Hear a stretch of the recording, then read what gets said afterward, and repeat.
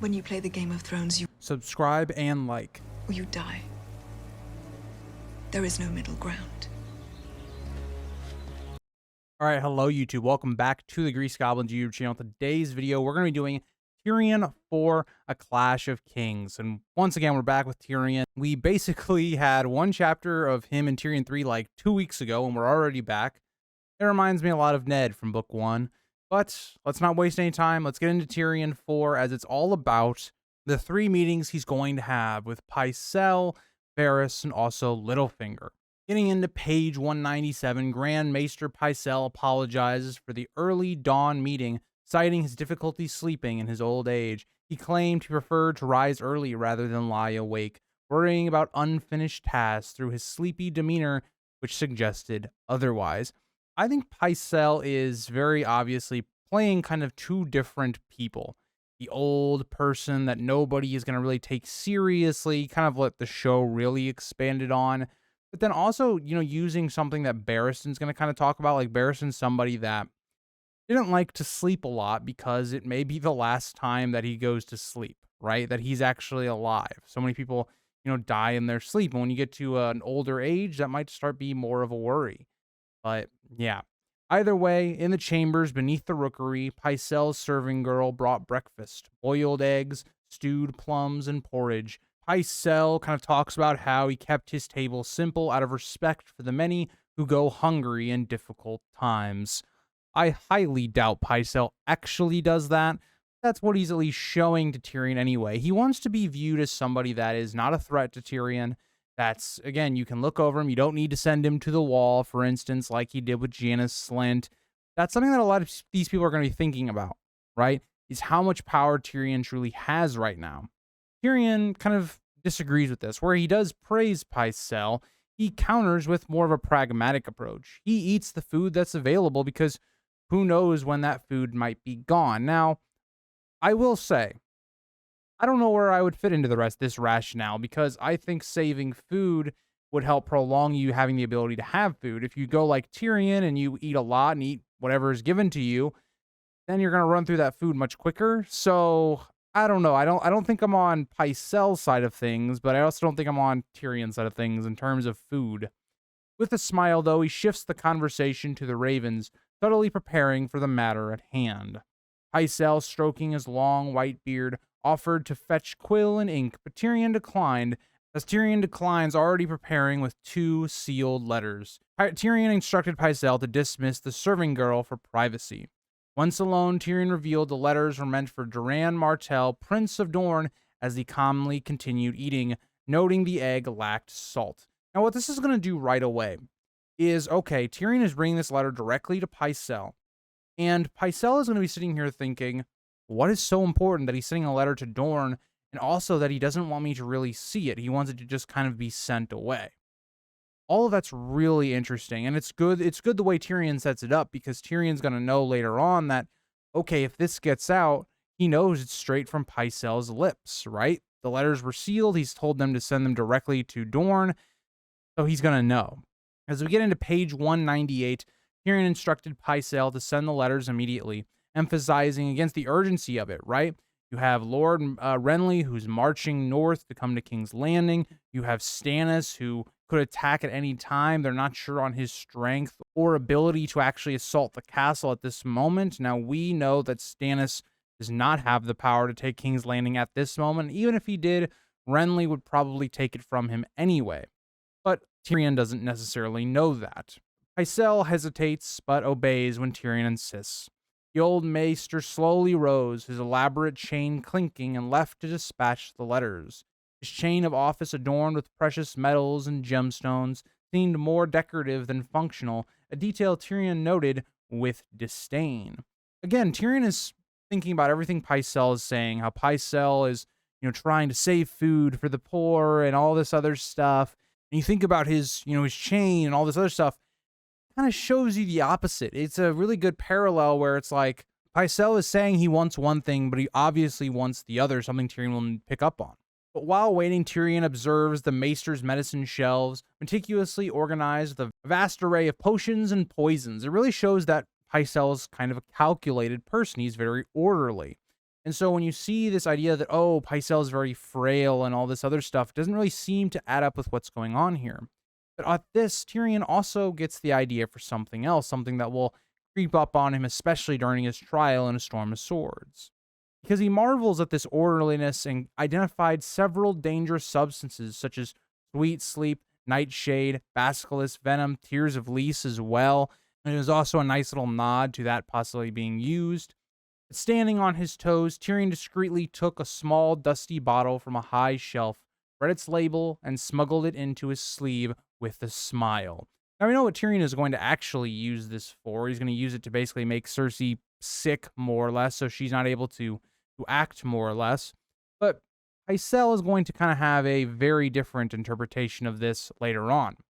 By the time Pycelle returned, Tyrion had resumed eating. Pycelle reported the letters had been sent promptly, and Pycelle tries to cautiously figure out what the actual letters were about. Pycelle is somebody that we know is an informant to Cersei, and so he's trying to gain the information to tell her what it is. It'd be very suspicious if all of a sudden he knew what it was and opened the letters and things like that. But let's continue on. Tyrion, unimpressed by Pycelle's barely concealed curiosity, deflected the question and returned to his meal, noting the scarcity of butter and honey in King's Landing, while observing that much of their current provisions came from nearby castles like Rosby and Stokeworth that were untouched by the war. And this is going to be something that's very apparent when we get into Winds of Winter, and you think about how young Griff could likely try to take those castles before he takes King's Landing to cut them off from food. May not have to do that, but it is something when you think about. I speculated that maybe Bronn could be somebody that could flip to young Griff's side, try and expand his lands. Given he is at Stokeworth, could be something to think about. But that gets into page 199. Tyrion reminded Pycelle that the council exists to advise the king, emphasizing that he, as Hand of the King, speaks with the king's voice. Pycelle cautiously brought up Queen Regent Cersei, but Tyrion dismissed her involvement, implying she already has enough responsibilities. Tyrion's trying to test Pycelle's loyalty. Who is this man truly loyal to? Is he loyal to him as Hand of the King, or is he loyal to his sister? Tyrion used his mismatched eyes to unnerve Pycelle, who muttered agreement and retreated into submissiveness. Pycelle's clumsy remark about the frailty of Cersei's sex amused Tyrion, who sarcastically agreed, masking his contempt for Pycelle's fawning. Pycelle is trying to play all sides. He's trying to get, cozy with Tyrion, all while plotting to, again, help Cersei more than Tyrion. As Tyrion prepared to leave, he instructed Pycelle to inform him alone if any reply came from Dorne. Pycelle's anxious compliance gave Tyrion satisfaction, as he mentally marked the first step in his ongoing manipulations. But here's what's key right away. Tyrion never tells Pycelle necessarily what's in the letter. He tells him it's going to Duran. So if information was to get out in this castle at all, that, oh yeah, we're going to send Myrcella to Dorne for an alliance, offering up a council seat, all that type of stuff, you know exactly where that information comes from. Exiting into the Bailey, Tyrion noticed the castle bustling with activity, guards patrolling the walls, and soldiers trained with blunted weapons. You can feel they're preparing for a war.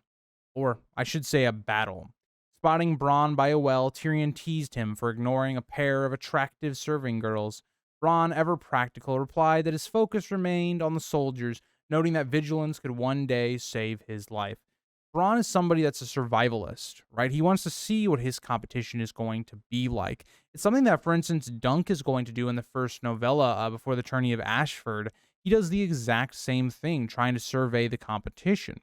And that's more apparent for Bronn right now than women are. Bronn takes this practical approach. He doesn't have to worry now about his incomes. He's being paid well by Tyrion. If he wants a woman, he thinks he can just get a whore. And that's something a lot of people would have shared during this time. And it's something that's weird because you think about, what's the point of putting in this effort to get women when, somebody like Bronn can just pay for one? And it's a really weird moral conundrum because, you think about even our access now to, for instance, sex or things like that. You can just type into your phone and go to some website and see all those things, which is very different than how things were in the past. And that's kind of changed us as a society. And I think that can be relevant to kind of here with Bronn.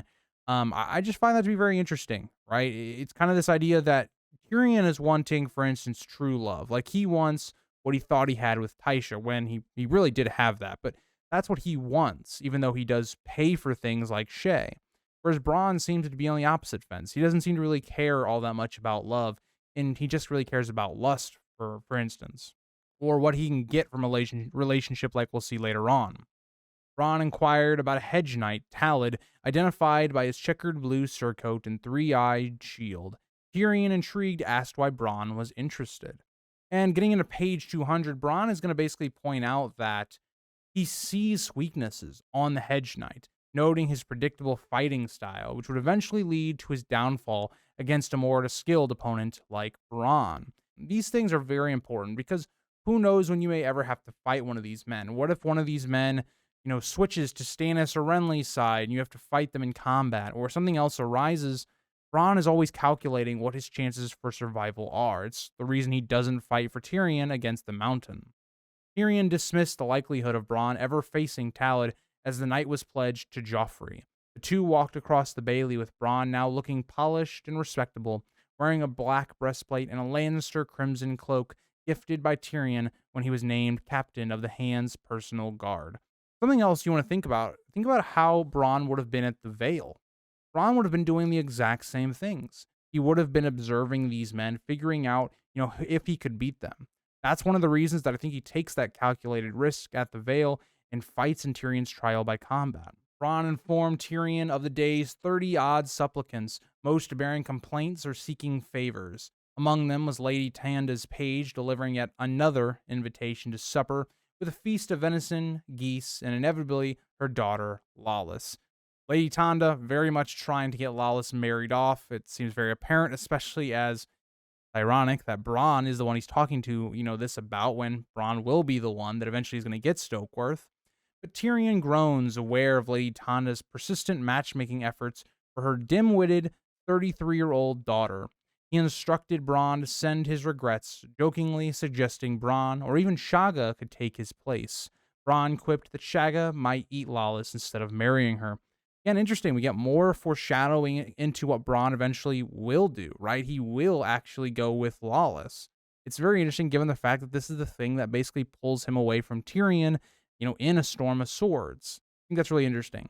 You also think about how Tyrion views somebody like Lollys, how, Tyrion is always somebody that is groaning that people don't like him because of his personal, or his physical, I should say, attributes. Yet here he's doing almost the same thing to Lollys, right? It's like a little bit hypocritical from someone like Tyrion, who wants people to love him, but yet he himself is not willing to love others, right?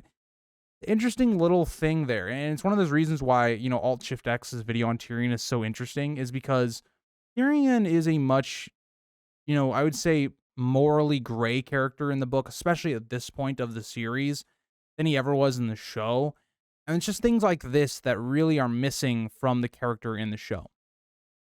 Turning to other matters, Bronn mentioned a moneylender from Bravo seeking payment on a loan, which Tyrion dismisses, instructing Bronn to send the man to Littlefinger who could handle the situation. This right here is why Littlefinger is so vital to the crown. Why they can't afford to get rid of Littlefinger, because people like Tyrion don't necessarily know how to pay back these loans that they've incurred and this massive debt that has basically made Littlefinger's position completely solid. They can't afford to get rid of him. Bronn then described a lordling from the Trident whose keep was burned. His wife was, they had their way with her. I'm not going to say the other word because YouTube doesn't like that word. And peasants killed, likely the handiwork of Gregor Clegane, Sir Amory Lorch, or one of the other Tywin's ruthless enforcers, like Vargo Hoat and his pack of men. Tyrion, unimpressed, dryly noted as the usual brutality of war, and asked what the man wanted from Joffrey. And you would have a lot of these people, right? If you're somebody living in the Riverlands or the Trident area, what would you do, right? If your whole life is basically destroyed, do you go to the Crown? Do you try and go to Edmure? It varies, right? Like, could he theoretically even make it to Edmure without dying?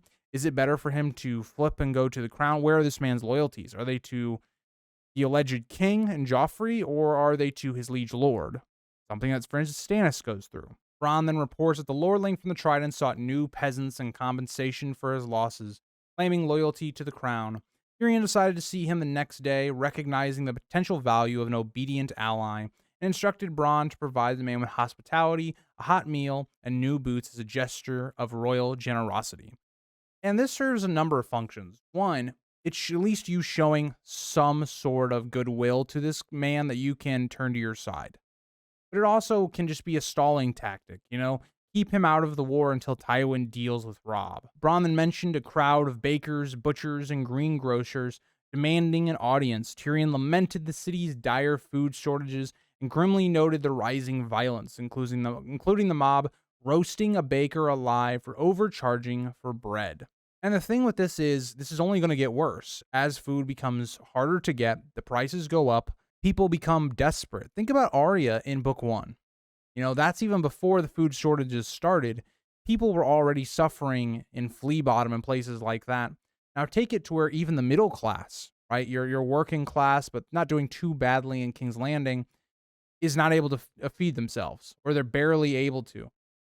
That's when the city's going to kind of change. It's going to start turning all of its blame to the crown. It's going to start having violent outbursts to gain any type of food. You're going to see people rising up, changing sides, going to Stannis or to Renly or whoever. Tyrion expressed his fear that as desperation grew, the mob might resort to cannibalism, and Bronn informed him that the Gold Cloaks were rumored to have joined the mob, further complicating matters. Tyrion resolved to placate the petitioners with promises of protection from King Joffrey, knowing he could not provide food without worsening the situation. Yeah, Tyrion's in an impossible situation. On one hand, he can't have the Gold Cloaks just take out all of these people because a lot of the Gold Cloaks have family that are not eating, right? They have people that they care about, and that's why you're going to see them joining the mob. They are also not being fed the best. Now, are these people being fed better than peasants? Yes. If you're in the Gold Cloaks, you're going to get some food at least to actually be able to defend the castle. And so you're looking at the situation and you can't give them food because you don't have enough food to sustain the city. So giving them food is going to be like, you guys are sitting on food that you're not giving to us. It's the idea of, say, Craster with the Night's Watch when they're super desperate. It's the same idea here. If you give them more food, they're going to be like, well, we want more. We know you're sitting on food now if you're able to give it to us. And that's not going to make the situation any better whatsoever. And so Tyrion really doesn't have anything he can do to try and get this to not happen. Bronn then mentioned a black brother from the wall who brought a rotted hand in a jar, an odd and ominous token. Tyrion, who seemed interested by this, but when he hears it is Alliser Thorne, he basically all but ignores him, putting him in some unpleasant cell where his hand could rot further. And this is something that is, once again, it's Tyrion having power over someone like Alliser Thorne, and so he's willing to put him in his place a little bit. Where in reality, this rotting hand is significant. It does come from a white. Now, how do you prove that? You really can't. Like, this is just a hand. Jeor Mormont or whoever at the Night's Watch could have just as easily cut off some dead person's hand and just gave it to him and said, yeah, we need more men. Now, Tyrion knows that Jeor Mormont is not that type of person, and if this did happen, it probably did. He is very, truthful, right? But again, it's not the best evidence. The crown has way bigger problems at the moment, but Tyrion should probably take this a little bit more seriously, even though we know why he doesn't.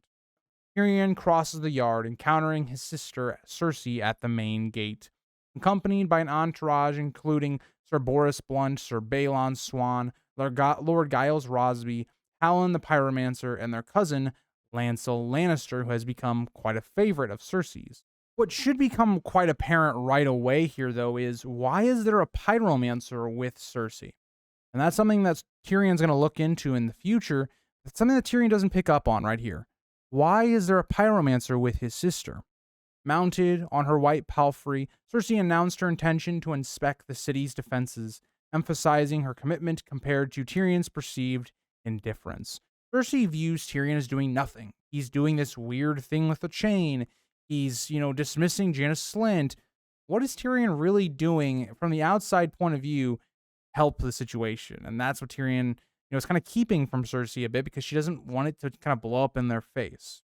Cersei relayed that Renly Baratheon was advancing from Highgarden with a reported host 100,000 men, supported by Storm's End and Highgarden.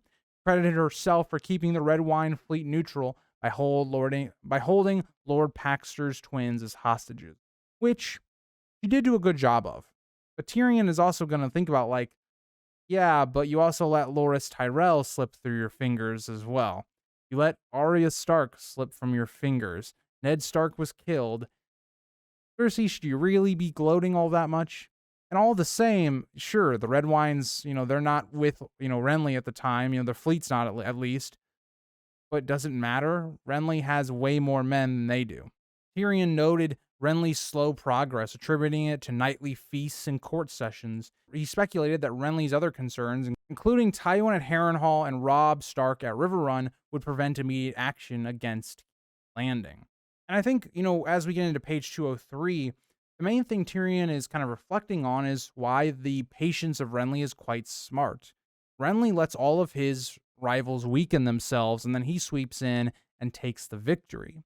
But I think he's more worried, and this is what kind of Stannis thinks about, is that where is Stannis? Stannis is the most dangerous military commander, kind of a brutal man, right, to his enemies, but there's been not much from him at all, right? There's been no spies that have come back or given any information on what's happening at Dragonstone. All they know is they have this sellsword kind of fleet. They're gaining men. That's all they really know. And they have the Red Priestess in Mel. Cersei, unimpressed by Tyrion's reasoning, insists on summoning their father's army to King's Landing. Disregarding its strategic usefulness, she also pressures Tyrion to free Jaime, deriding him as worse than useless. Cersei's just upset that things aren't going well. How is Tyrion supposed to command their father to return to the castle? That's never going to happen. And two, how is he supposed to instantly free Jaime? He's trying, but how can he free him instantly? It's just not logical. Tyrion, once again, thinking about the threat of Stannis, who is very much closer than Renly at this time. Tyrion then contemplates protecting Shae should the city fall. Podrick Payne, Tyrion's nervous squire, announces that Lord Peter Baelish is waiting in Tyrion's solar. Podrick's awkward demeanor prompts Tyrion to tease him, though it makes him feel guilty. It's what Tyrion's kind of doing with his power. He's kind of bullying people and things of that nature, but someone like Podrick, who is very similar to Tyrion in terms of being bullied constantly and looked down upon, it does make Tyrion feel somewhat bad. Inside the solar, Tyrion finds Littlefinger casually seated, dressed in luxurious attire, while Littlefinger remarks on the absurdity of the king's activities, noting that Joffrey is losing to hares in a crossbow match. Joffrey's not taking things seriously. He's just randomly shooting hares and missing a lot of the time. Tyrion watches Joffrey fail miserably at hunting with a crossbow, missing the target repeatedly as the hare taunts him. Joffrey's frustration grows as he struggles to reload and fire. Littlefinger, observing the scene, sarcastically comments to Podrick Payne about the abundance of hares, suggesting they'll soon be eating them regularly, which is true. The city is running pretty low on food. Tyrion makes a dry remark about rats and then dismisses Podrick to leave him alone with Littlefinger. Littlefinger declines any refreshment and makes a sarcastic comment about Tyrion's company, referencing the idea that drinking with him could lead to dangerous consequences, which is true, right? Think about what I talked about with Pycelle, how Pycelle very much dances around Tyrion and tries to kind of suck up to him. Littlefinger also recognizes that, but is not nearly as cornered because Littlefinger has more influence and power behind him. Tyrion, seated comfortably, compliments Littlefinger on his appearance, which sparks kind of a playful exchange between them about the colors of his clothing and the newness of his doublet. Littlefinger reveals a Valyrian steel knife with a dragon bone hilt, something that Catelyn had accused of being his and had almost gotten Tyrion killed. This is something right away that's going to spark an interesting conversation. Tyrion refuses the dagger, but Tyrion grows wary, sensing that Littlefinger knows more about him than he lets on, and acknowledges the danger of dealing with someone so carefully protected by wealth and power. Littlefinger, as Tyrion's going to go on to talk about here, is so hard to pinpoint because you don't necessarily know how feasible it would be to arrest Littlefinger. Littlefinger has all these people in his pockets. He has a ton of wealth. He is someone with a lot of influence.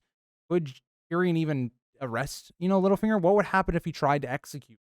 Would they even listen to him? Or would it all end up like it did for Ned? Tyrion reflects on Littlefinger's ability to armor himself in gold, noting that Peter's true strength lies in his manipulation Unlike Jaime's more straightforward might, Tyrion begins to feel unease as he realizes Littlefinger's power and his own growing discomfort with the man's schemes. And this is, I think, is a lot of reason why Tyrion is very hell-bent on trying to send Littlefinger away. Either that be to the Vale, either that be to, again, to go broker an alliance with the Tyrells later on. Tyrion is very keen to get this man away from him. Getting into page 205, Tyrion reflects on Littlefinger's swift rise to power, starting from a minor position in customs where he vastly outperformed his colleagues by increasing revenue. It's basically the entire story around Littlefinger's origin, how he had started very, simply by getting appointments from Lysa, whether that be at Gold Town and then moving to King's Landing and becoming Maester of Coin. All throughout this time, Littlefinger has shown his worth. But it also shows in a lot of ways how Littlefinger has manipulated them all. Because Littlefinger is not somebody that, he's bringing in a ton of money and so we're gaining a lot of stuff. We're gaining a lot of money, but at the same time, we're overspending that money where we're not even really gaining money. We're losing it. And so that's what Littlefinger does so well, because he invests in things that make him money. It makes him more wealthy and rich while making the crown less wealthy. But it also is the perfect time because Robert spends a ton, and that really helps someone like Littlefinger, because he was somebody invaluable to that.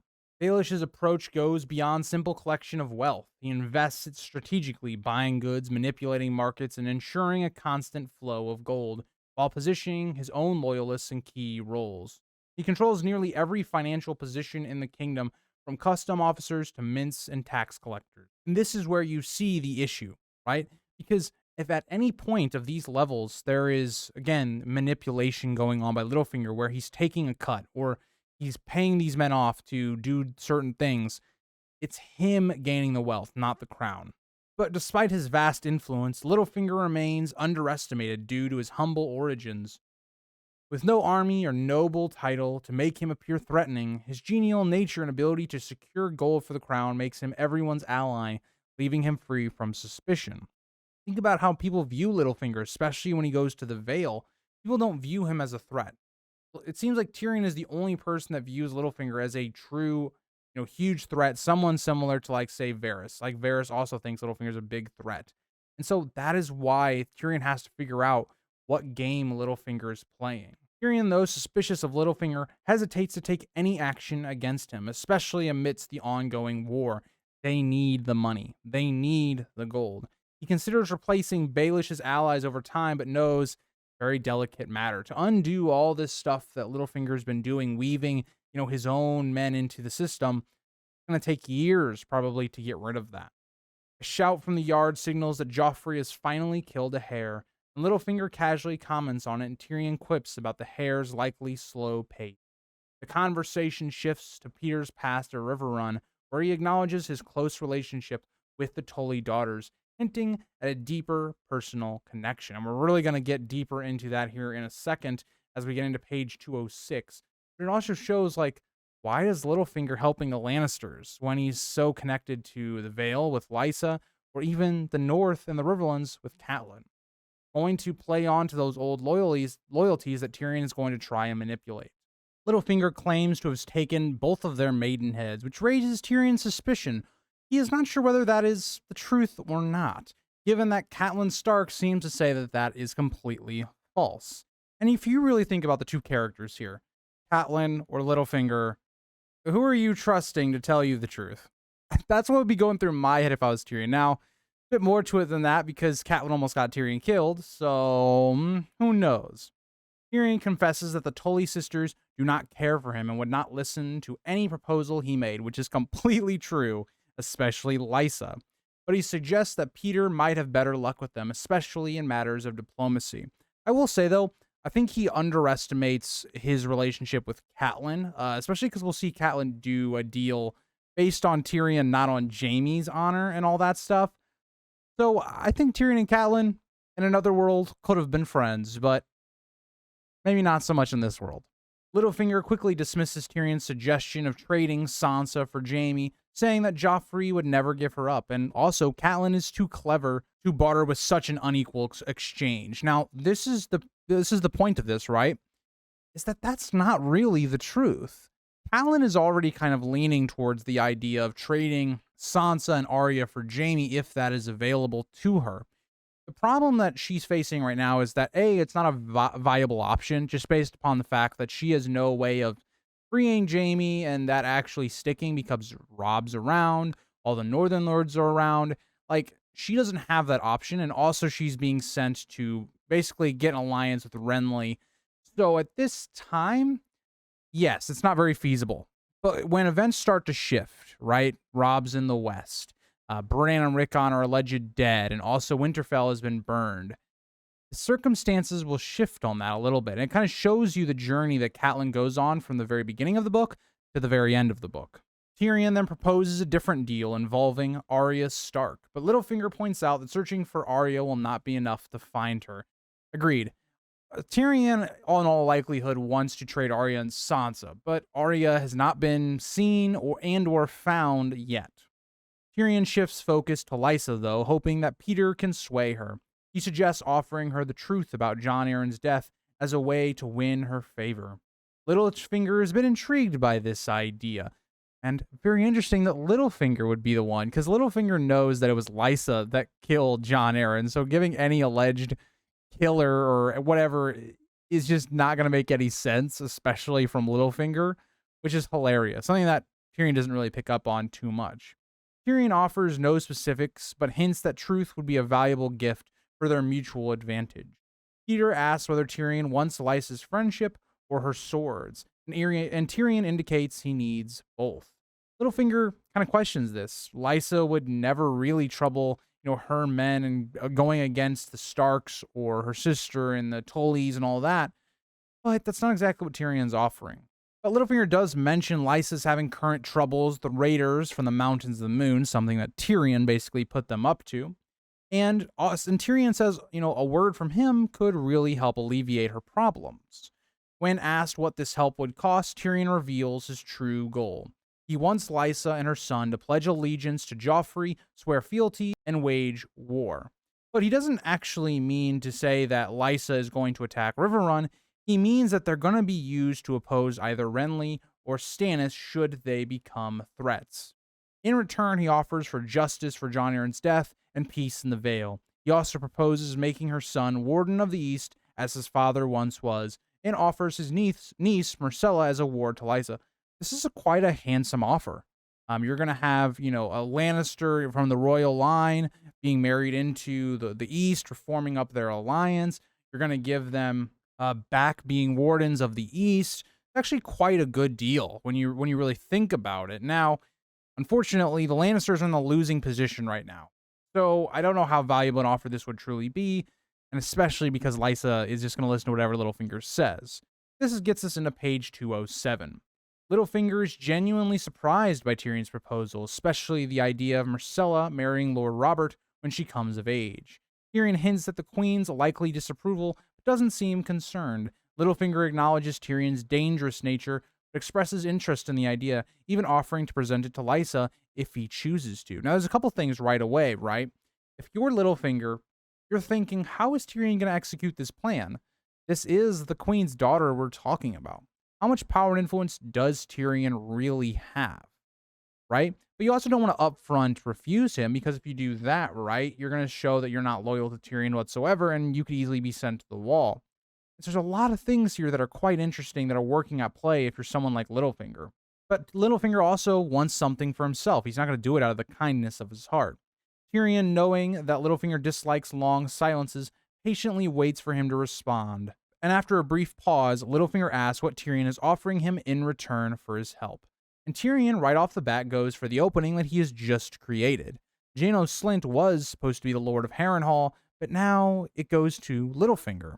And not only that, it also is going to come with the power to become the liege lord of the Trident, replacing the unreliable River Lords. Littlefinger almost seemed to not be able to hide his emotion, as Tyrion sees the gleam of hunger in his eyes. As he considers the offer, despite trying to appear uninterested, he mentions the curse of Harrenhal, but Tyrion counters that Littlefinger can rebuild it and use the wealth to his advantage. Tyrion offers him a chance to dominate the Trident and replace the existing lords with loyal vassals. Now, A couple things to consider here with Littlefinger. Harrenhal has always been cursed because a lot of the times the people that are given Harrenhal are not the most wealthy, are not the people that are going to be able to rebuild the castle like Littlefinger might be able to. Littlefinger is somebody that would have a lot of resources to be able to maybe restore Harrenhal to its better days, right? And so that's interesting right away because not only is it something that Littlefinger has been wanting, Littlefinger, like Tyrion suggests in this chapter, has no way of calling men to arms. He doesn't have, these big castles or anything like that. He doesn't viewed as a threat. But Tyrion giving him Harrenhal would move Littlefinger up the ladder quite a lot. It makes him a lord in his own right. Littlefinger is intrigued, but still questions Tyrion's motives, wondering why he is making such an offer. Tyrion responds that Littlefinger's service to his sister in the matter of succession has earned him the reward. But once again, Littlefinger is going to question, well, there were other people that did that as well. Jaina Slynt did the same thing, but yet Jaina Slynt is going to the wall as we get into page 208. Tyrion acknowledges that, like Jaina Slynt before him, Littlefinger could easily be deposed of once he is no longer useful, but he makes it clear that he needs Littlefinger to secure Lady Lysa's support, which Jaina Slynt was unable to do. So Jaina Slynt, in a lot of ways, is one, incompetent, has no value to Tyrion at all, and two, is just kind of not the most reliable person. Littlefinger laughs and teases Tyrion about possibly needing to bed Lysa Arryn, again to gain her consent for the marriage, which Tyrion responds with confidence that Littlefinger will be up to the task, which we know he will be. Littlefinger then shares a piece of advice he once gave to Ned Stark about dealing with an unattractive woman, and the two exchange a look of mutual understanding. Very interesting, given we know Littlefinger will marry Lysa a little bit later on and how that's going to go down. Littlefinger asks for a fortnight to arrange his affairs and secure a ship to take him to Goldtown, and Tyrion agrees that this will be sufficient time. Now, I will say the one thing that I think is different from Littlefinger, Varys, and Pycelle is that Littlefinger's is the most realistic of the three in terms of Littlefinger is gaining quite a lot by not saying this information to anyone. And so that is the key here. Pycelle doesn't really get much to gain at all by keeping this to himself outside of just keeping himself safe, and neither does Varys. So I think Littlefinger is dealt with a little bit more cautiously by Tyrion. He makes it a lot more realistic in terms of Tyrion actually dealing with Littlefinger. With their business concluded, Littlefinger rises to leave, acknowledging that the meeting has been profitable for both of them, and Tyrion thinks to himself that he has gained what he needed. He has tested Littlefinger, as test 2 is done. Tyrion then heads to his bedchamber to await for Varys, who he expects to visit later that evening, being the final test of the day. Varys arrives sooner than expected, and Tyrion teases him about keeping secrets from the Grand Maester. Varys scolds Tyrion, but reveals that his little birds have shared some information about Doran Martell's intentions in the ongoing war. Varys would know best. He is trying to bring young Griff to the front, and Dorne is a massive part of that. Varys explains that Doran Martell has thus far stayed out of the conflict, despite calling his banners, and is thought to be leaning towards supporting Renly due to his hatred of House Lannister, while Tyrion aims to dissuade him from this course of action. If you're Doran Martell, you're in a tough situation. Because, yes, House Lannister is the house that did the blow to Elia and her children, but at the same time, the Baratheons were complicit. Robert allowed this to happen. It went unpunished. It set a very dangerous precedent in Westeros. And here's Renly Baratheon, basically the second coming of Robert in terms of looks anyway. You're in a tough position if you're Doran Martell. Who should you support? There isn't a clear option. And so Doran kind of takes the waiting option, right? He kind of stays out of it. And you also even think about Renly. Tyrells are the major backing behind Renly, and the two don't have a good relationship. So for right now, for Doran, I think there is no real good answer to this course of action. Now, this is very interesting. I want to actually put this up on screen for you guys, just so you guys can confirm this. But when Tyrion and Varys are talking in this particular moment, Varys notes this about Doran Martell, that he's still motivated by Elia and also her sweet babe. Only mentioning one. This seems to reference Rhaenys, but what about Aegon? And you think about Varys as a whole, we know that he's propping up this young Griff character. Is this a hint to possibly young Griff in the future? This is something that my friend JC actually brought up to me. It was something I was looking for in this chapter, and I think this is really interesting evidence. Is this just a typo? Could there just be that It was meant to say sweet babes, and it only says babe. Who knows? But either way, this is interesting to come from Varys, right? Of all characters for this slip up to happen, it's from Varys, who's plotting this young Griff revelation. I think that's important to understand. Let me know what you guys think about in the comments. It's something I haven't discussed in the past with theories about young Griff. But let me know what you guys think. Tyrion eggs Varys on, eager to hear more about what Varys thinks could sway the prince. Tyrion reveals that his father once told him that ambition should always take precedent over sentiment, and he points out that with Janos Slynt gone from the small council, there's an empty seat that could be used to offer Doran Martell a more advantageous position. Which makes sense, right? You don't need Janos Slynt. He's a nobody right now, right? But Doran Martell, that's a powerful ally. And as we get into page 209, it's really Tyrion kind of playing this game with Varys, right? What does Varys think or know is going to be offered? Varys acknowledges that offering a council seat Doran Martell could be tempting, but he questions whether it would be enough to make Doran forget about the murder of his sister. Again, Doran is not like Tywin Lannister or some of these other people that say, oh, they care more about, position and all these other things. Not Doran and Oberyn, really. They care more about their family, vengeance, things like that. Tyrion counters by offering to deliver the killers of Elia, either alive or dead, after the war, which intrigues Varys. Varys reveals that his little birds have shared that Elia cried out a specific name when she was killed, implying that someone connected to House Lannister was involved in her death. And Tyrion acknowledges this right away. The common rumor was that Gregor Clegane was responsible for Elia's death, points out this father would argue that Doran Martell should focus on the larger picture.